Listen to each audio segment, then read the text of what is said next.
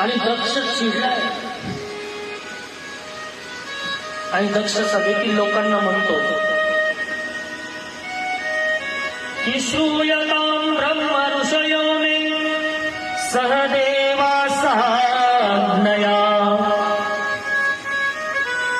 अद्य मे ब्रुवतो सत्यं न अज्ञानात् न च मत्सरात्। हे लोकांनो, मी जे बोलणार आहे आता ते रागानं नाही, मत्सरानं नाही, अहंकारानं नाही।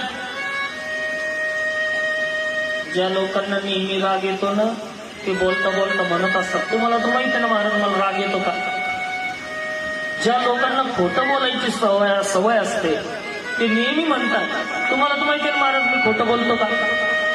कारण त्यांना तोंडानं सांगावं लागतं की मी खोटं बोलत नाही। ज्यांना खोटं बोलायची सवय असते ते म्हणतात मी खोटं बोलत नाही।